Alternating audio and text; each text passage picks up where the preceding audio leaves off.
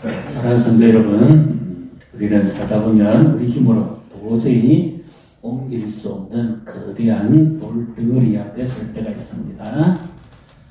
예기치 않게 찾아온 질병, 갑자기 무너진 경제, 또 자녀의 문제, 혹은 사랑하는 사람과의 이별의 돌덩어리입니다. 자, 오늘 본문에 나오는 예수님이 사랑했던 여인들도 역시 문제가 있었습니다. 그들의 문제가 뭐지요? 누가 예수님이 안정되어 있는 그 돌무덤에 돌을 옮겨줄 것인가? 이것이 그들의 문제였습니다. 살아가다 보면 인생은 계속해서 문제를 만납니다. 오늘 이 자리에 함께 하시는 모든 성도님들, 가족들도 아마 표현은 안 하지만 인생에 돌덩어리 하나씩은 다 있을 겁니다. 가슴에 돌이 눌리고 있을 겁니다. 풀리지 않는 숙제, 예기치 않는 어려움, 난감한 앞이 보이지 않는 이 답답한 돌이 우리의 가슴을 꽉 받고 있을 겁니다. 그래서 우리는 하나같이 이렇게 말합니다. 언제쯤 이 돌이 내게서 없어질까? 언제쯤 내 인생이 좀 풀릴까? 죽음 뒤에는 정말 무엇이 있을까? 이 고통은 언제쯤 벗겨질까? 이런 인생의 의문들을 우리는 자주 되뇌이곤 합니다. 오늘 이 모든 인생의 해답을 예수님이 한마디로 말씀하십니다. 그것이 뭐죠? 예수님은 죽은 자 가운데서 다시 살아나셨기에 부활은 인생의 모든 의문의 해답인 줄 믿으시기를 바랍니다. 질병도요, 부활로 승리합니다. 고난도요, 부활로 승리합니다. 자녀 문제도 부활로 해결됩니다. 언제쯤이면 끝날까? 죽음도 부활로 다 해결됩니다. 왜 그렇습니까? 부활.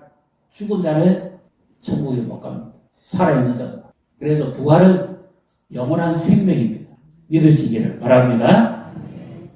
오늘 이 여인들의 삶 속에서 우리의 믿음을 보게 됩니다. 이 여인들은 예수님을 사랑했던 사람들입니다. 사랑했지만 지금은 실망입니다.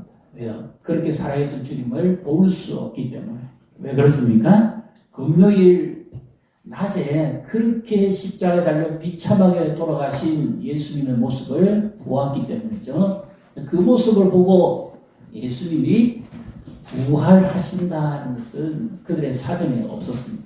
도무지 그는 믿을 수가 없는 내용입니다. 다만 이 여인들이 가지고 있는 믿음이 어떤 믿음인가 하면 부활에, 세상 종말에 다시 살 것이라는 막연한 부활, 그것을 믿고 있었습니다. 오늘 우리 마찬가지입니다. 신앙생활 하는 우리도, 교회 안에 있는 우리도 이 부활에 대해서 어떤 분들은 회의적입니다. 어떤 분은 의심합니다. 왜? 죽은 사람이 어떻게 살아나냐? 있을 수 없다. 그 다음에 역사적으로 그것은 성경에만 기록된 내용이다. 이렇게 인정하고 덮어둬버리는 사람도 있습니다. 이 여인들도 종말에는 다시 살겠지만, 그런데 저렇게 비참하게 죽은 사람이 어떻게 살아날 수 있겠나 믿지 않았던 거죠. 근데 이 마가복음에 보면 이 여인들이 금요일 날 안식일 때문에 예수님의 시신에 향품을 충분히 넣지 못했기 때문에 그 향품을 더 넣기 위해서 지금 안식일이 끝난 새벽 일찍 예수님의 무덤을 찾아가는 겁니다. 그들의 문제가 돌문을 누가 열어줄까 합니다. 이 새벽에. 그런데 뜻밖의 일이 벌어지죠. 성경이 말하는 부활은 천사가 어떻게 말씀하지요? 그가 여기 계시지 않고 말씀하시던 대로 살아나셨느니라. 그렇게 말씀하죠. 부활은 단순한 정신적인 승리가 아닙니다. 왜냐하면 이 여인들이 예수님을 만나고 난 다음에 놀라서 감격해서 그들이 가서 제자들에게 가서 전하지요. 이 전했다는 말의 의미가 법정적 용어. 1세기 문헌에 의하면 결코 감출 수 없는 사실일 때만 고대 문헌에 기록합니다. 성경에 기록되었다는 것은 더더욱 놀라지 않을 수가 없는 사실입니다. 그렇기 때문에 이 여인들은 예수님의 부활을 담대하게 가서 전했습니다. 부활이 믿어져야 내 삶이 변화됩니다. 목사님 아무리 그래도 저는 아직 안 믿어지는데요. 예, 억지로 믿을 수는 없습니다. 예수님은 우리가 억지로 믿을 수는 없어요. 전적인 하나님의 은혜요 선물이라는 사실을 믿으시기를 바랍니다. 과학자들은 부활을 어떻게 믿습니까? 과학자들도 지식으로 부활을 믿지 않습니다. 요즘 공학을 전공한 사람도 이것을 이렇게 해보니까 이렇게 된다. 그렇게 해서 믿지 않습니다. 어떻게 믿습니까? 간단합니다. 한번 따라해 보십시오. 하나님의 말씀을 믿어야 참된 믿음을 가지게 됩니다. 하나님의 말씀을 믿어야 참된 믿음을 가지게 됩니다. AI도 가르쳐주지 않아요. 과학자도 가르쳐주지 않아요. 누가요? 부활은 하나님의 말씀을 믿어야만 믿어지는 겁니다. 믿으시기를 바랍니다. 빗전에서 뱅뱅 돈다고 믿어지는 거 아니에요. 끊어진 관계를 먼저 청산해야 합니다. 왜 그럴까요? 예수님이 부활에 관해서 이렇게 말씀하셨거든요. 요한복음 11장 25절, 26절을 우리 같이 읽습니다. 나는 부활이요 생명이니 나를 믿는 자는 죽어도 살겠고 무릇 살아서 나를 믿는 자는 영원히 죽지 아니하리니 이것을 네가 믿느냐. 예수님이 사랑하는 자 나사로가 죽었습니다.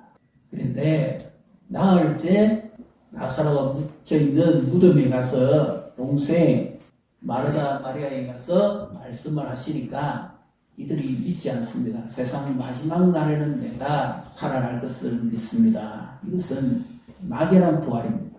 종말론적인 부활입니다. 그런데 예수님이 하신 말씀은 시제가 다릅니다. 나는 이다. 직설 현재입니다. 예수님은 지금 생명을 주시는 분이다. 이렇게 말씀하고 있습니다. 그리고 이 부활은 소생이 아닙니다. 나사로가 죽었다가 살아나는 것은 소생입니다. 나이선 아들이 죽었다가 살아나는 것도 소생입니다. 그런데 예수님은 이 헬라어에 보면 생명을 두 종류로 이야기합니다. 생물학적인 생명이 있고요. 목숨을 이야기하는 생명이 있습니다. 근데 예수님이 여기서 말씀하는 나는 생명이라는 것은 육체적 생명, 목숨을 이야기하는 게 아니라 나는 일으키는 생명이다. 무릇 나를 믿는 자는 지금 믿는 그 순간에 나는 일으키는 존재다. 이렇게 예수님이 지금 말씀합니다. 이 마르다 마리아 그리고 이 여인들의 믿음의 공통적인 특징이 뭐죠? 부활에 관해서는 뒤로 미루는 겁니다. 먼 훗날에 언젠가 이루어질 것입니다. 예수님은 시제를 그렇게 말씀하지 않죠. 지금이다. 지금이다. 나는 지금 생명을 주는 존재다. 이 예배 시간에도 예수를 안 믿는 사람도 예수를 믿으면 지금 예수님을 만날 수 있다는 사실을 믿으시기를 바랍니다. 물을 열으라 그러니까 마르다가 뭐라 그러죠? 냄새가 납니다. 도무지 있을 수 없습니다. 이것이 전부 이해 안 되는 논리죠. 그런데 주님은 며칠이 되는지 냄새가 어느 정도 나는지 그점부터 이론이 그것이 아니라 네가 지금 믿어야 될 것은 하나님의 말씀이고 나를 믿으라 하는 그 말씀으로서 지금 이 의문을 잠재워요. 그런 식으로는 예수님이 말씀하신 대로 돌물을 옮겨라. 그랬을 때 옮겼을 때 비로소 하나님의 능력이 나타나죠. 나사로야 나오라 그러니까 죽었던 나사로가 살아나옵니다. 이것은 전자만이 할 수 있습니다. 그러면 우리에게 있어서도 마찬가지입니다. 막연한 신앙 아무 능력 없습니다. 말씀을 날마다 내가 믿고 그 말씀을 의지할 때 주님이 나와 함께 하시고 우리의 삶이 새롭게 변하게 되는 줄 믿으시기를 바랍니다. 주님은 항상 말씀합니다. 의심하고 회의적인 자에게 언제든지 하시는 말씀이 나오죠. 뭡니까? 모세의 글과 선지자의 글과 시편에 나를 가르쳐 기록된 말씀이 이루어지리라는 것을 들어본 적이 없느냐? 그렇죠? 이 무슨 말씀이에요? 말씀이다 그 말입니다. 성경 그 자체란 말입니다. 예수님이. 그래서 그 말씀대로 이루시는 예수님이셨기에 십자가에 못이 박혔어도 그는 부활하실 수 있는 분입니다. 그러면 주님이 왜 3일 만에 부활하셨을까요? 우리 같으면 어떻게 했습니까? 그렇게 비참하게 죽이는 사람들 앞에 정말 십자가에 죽는 게 하나님의 뜻이라면 십자가에서 운명하시고 그 자리에서 바로 일어나면 되잖아요. 그렇죠? 능력이 없는 것도 아닌데. 그 다음에 구태여 이제 또 십자가에서 내려와야 되고 무덤에 묻혀야 된다면 무덤에 이렇게 안장되었을 때 그 자리에서 바로 일어나시면 되잖아요. 그래 못하시는 분도 아닌데 왜 그랬을까요? 왜 꼭 3일이 필요했습니까? 이틀 때는 안 되고 나흘 때도 안 되고 왜 꼭 3일입니까? 왜 그렇죠? 예수님이 뭐라고 말씀하셨어요? 인자가 예루살렘 올라가서 잡혀서 죽고 3일 만에 다시 살아날 것이라고 늘 말씀하셨지 않습니까? 그러니까 예수님이 3일 만에 부활하신 거예요. 예수님이 고난주간 우리가 말씀을 나눴죠. 수요일 날 사실은 예수님의 행적이 없습니다. 예수님이 침묵하신 시간이거든요. 그런데 예수님이 그날 예루살렘에 들어가셨으면 3일이 안 이루어집니다. 참 기가 막힌 하나님의 섭리. 그리고 예수님은 이 많은 사람들이 밀란이 날까 이번 6월절에는 피하자 대제사장의 우리가 그렇게 말했거든요. 그런데 예수님은 어떻게 말씀하시죠? 아니다. 이번 6월절에 가서 죽어야 된다. 자기의 죽음의 시간도 예수님이 선택합니다. 그리고 예수님이 하신 말씀이 있죠. 나는 내 생명을 버릴 권세도 있고 다시 찾을 권세도 있느니라. 아니 어느 사람이 이런 말을 할 수 있어요? 그러니까 예수님을 오해하면 우리의 신앙은 아무것도 아닙니다. 예수님이 어떤 분인지를 모르면 전혀 능력 있는 삶을 살아갈 수가 없습니다. 그분은 지금도 살아서 일하시는 분입니다. 사망의 문을 닫으시고 절망의 문을 닫으시고 우리의 의문의 돌을 닫으시고 우리에게 영원한 생명의 길, 소망의 길, 부활의 길로 인도하신다는 사실을 믿으시기를 바랍니다.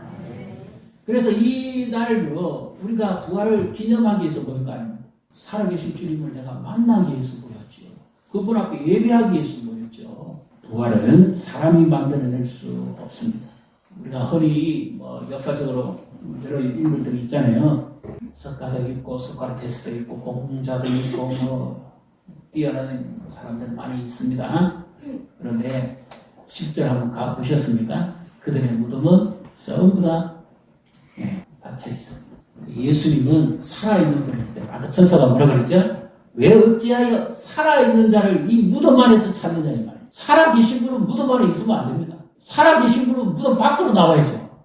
그래서 예수님의 부활은 무덤 속에서 무덤 밖으로 부활하신 거예요. 우리가 어떻게 살아있는 자를 믿겠어요? 살아계신 분. 그래서 예수님의 무덤은 없습니다. 예수님은 우리의 영원한 산 소망이 되십니다. 순간순간 우리가 살아가는 힘들고 어려웠더요. 예수님은 죄를 이기셨고 사망을 이기셨고 무덤을 이기셨고 그리고 우리에게 영원한 소망을 주십니다. 예수님을 만나면 인생의 의문이 풀립니다. 이 땅에서 당하는 뭔가 괴로움, 아픔 도무지 인간적으로 이해하려도 이해 안 됩니다. 안 돼요. 마지막 죽는 순간까지도 안 될 겁니다. 그런데 그에 대한 해답이 있습니다. 뭡니까? 따라 해보시죠. 그럼에도 부활합니다. 부활이 모든 인생의 의문의 해답입니다. 부활을 소망하면 현실의 고난을 이길 수 있습니다. 부활이 믿어지면 인생의 의문을 풀 수 있습니다. 부활이 나와 함께하는 것을 믿으면 우리는 이 새로운 삶을 살아갈 수가 있습니다. 억지로 믿을 수 없어요. 부활은 하나님 주신 선물입니다. 믿어진다는 것. 이것이 놀라운 축복입니다.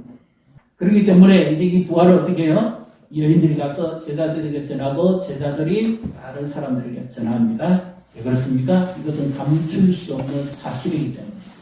그래서 우리가 부활을 믿는다면 부활 신앙을 가지고 살아야 되는데 그 증거가 뭡니까? 부활하신 예수님을 전파하는 것입니다. 아내의 건류에 못 이겨서 기도에 못 이겨서 남편이 겨우 교회에 나왔습니다. 그리고 이제 교회 등록하고 세가족 공부를 하는데 목사님이 아주 어려운 숙제를 하나 냅니다. 어떤 숙제인가 하면 아무리 봐도 모르겠어요. 그래서 아내에게 가서 묻습니다. 여보, 당신은 내보다 믿음이 좋으니까 틀림없이 당신은 잘할 것 같은데 나에게 대답을 좀 해주라고. 목사님이 숙제를 냈으니까 다음 주까지 내가 이 숙제를 해가야 되니까 무슨 이야기를 한번 말해보세요. 그러니까 이런 내용입니다. 예수님이 부활하셔가지고 왜 제일 먼저 여자들에게 나타나셔서 말씀하셨는지. 그러니까 순간적으로 너무 기가 막힌 문제죠. 아무리 봐도 모르겠어요. 여러분 아시겠습니까? 예수님이 왜 부활하신 다음에 제일 먼저 남자가 아닌 제자들이 아닌 여자들에게 먼저 나타났을까요? 막달라 마리아에게도 나타나고 그 함께한 여인들에게도 나타나고 예수님이 왜 여자를 먼저 보여주셨을까요? 네, 남자는 입이 무겁고 여자는 입이 사기 때문에 순식간에 전파됩니다. 특정입니다. 밤새 그냥 다 전파됩니다. 부활을 감출 수 없는 사실입니다. 죽은 자가 살아났다고 남자는 알아도 돼. 그렇지. 입이 워낙 무거워서 말을 잘 안 합니다. 여자는 가만히 있지를 않아요. 그래서 남편이 기대한 바는 신령한 대답을 해줄 줄 알았더니 그런 대답을 해주니 깜짝 놀랐습니다. 우리가 아는 대로 믿고 사는 대로 전해야 됩니다. 이 부활은 기념하는 거야.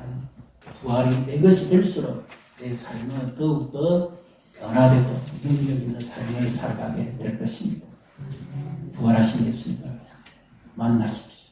그리고 부활하신 예수님을 전하십시오. 우리 예전에 예수 안 믿는 가정에 여인이 혼자 시집 와서 예수 믿고 온갖 핍박 고난 다 견디고 눈물로서 하나님께 매달리고 지내었던 시간들 속에 남편이 믿고 시부모가 믿고 또 시동생이 믿고 이런 분들 있잖아요. 어떻게 그런 일이 일어납니까? 그분이 살아계신 분이잖아요. 그분이 살아계신 분이 아니라면 그런 일이 일어날 수가 없어요. 질병 가운데서 병사에서 눈물 흘리고 기도하고 수술했을 때 물론 의사도 잘해야 되지만 근본적인 생명은 누가 가지고 있습니까? 하나님이 주인이잖아요. 그분이 나는 생명 그 자체다 그랬잖아요. 그분이 허락하지 않으면 이 생명은 아무도 손댈 사람이 없습니다. 이것이 생명입니다. 내가 죽을 것 같아도 우리나라 사람 죽는 말을 얼마나 많이 합니까? 배고파 죽겠고 추워 죽겠고 더워 죽겠고 목말라 죽겠고 힘들어 죽겠고 막 그렇게 많이 죽음을 이야기합니다. 그런데 죽습니까? 그분이 생명을 가지고 있어요. 나라적으로도 암울하고 우울한데요. 부활에 우리가 어떤 것을 소망해야 되겠습니까? 무엇이 우리 위로가 되겠습니까? 우리 일제강점기 때 한번 보십시오. 나라의 이런 서름과 절망적인 상황 속에서도 어떻게 그분들이 이길 수 있었습니까? 살아계신 그분이, 부활하신 그분이 우리나라 민족을 붙들었습니다. 그래서 이 땅에 교회가 세워지고 부흥하게 된 겁니다. 놀라운 역사가 일어난 거예요. 그분이 죽었다면, 무덤에 갇힌 분이라면 이런 일은 일어날 수가 없습니다. 살아계신 분. 우리 가정에 살아계신 분이에요. 그분이 누굽니까? 우리의 주입니다. 주. 나의 주인입니다. 그분을 믿고 의지하는 것이 참된 신앙이고 참된 믿음인 줄 믿으시기를 바랍니다. 그래서 오늘 부활의 날에 우리가 온 세상에 전파해야 됩니다. 가족들에게, 믿지 않는 사람들에게. 그들 처음에 안 믿어요. 그런데 언제 믿습니까? 내가 삶으로 보여주는 거고. 많은 부신 남편들이 처음에 교회 왔다가 하나같이 간증할 때 뭐라고 그러죠? 내가 오늘 이렇게 된 것은 전부 제 아내들 겁니다.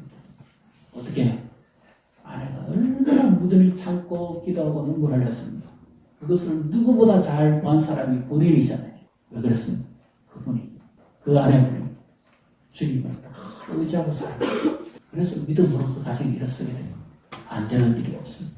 살아계신 그분이 우리의 삶을 다 살피고 마음을 헤집어서 모든 것을 하시고 우리 안에 힘 눌러있는 돌덩이 우리 힘으로 못 벗겨냅니다. 첫째 믿음이 있습니다. 지금 말씀하십니다. 지금 믿으라 이 말이에요. 지금 믿고 믿어보고 나아갈 때 주님이 그 현장에서 역사하실 줄 믿으시기를 바랍니다. 지금 믿으십시오. 다음에 믿으려고 하지 말고 다음 주에 믿겠습니다. 오늘은 좀 힘듭니다. 그 믿음이 안 돼요. 지금 말씀을 지금 믿으십시오. 지금 믿고 의지하고 기도하십시오. 그러면 주님이 말씀하신 대로 성령의 능력이 우리 입에서 우리의 삶을 지배하고 우리를 변화시킬 것입니다. 이와 같은 놀라운 축복이 함께 하시는 부활의 감격이 넘치는 복된 부활주일이 되시기를 주님의 이름으로 축복합니다.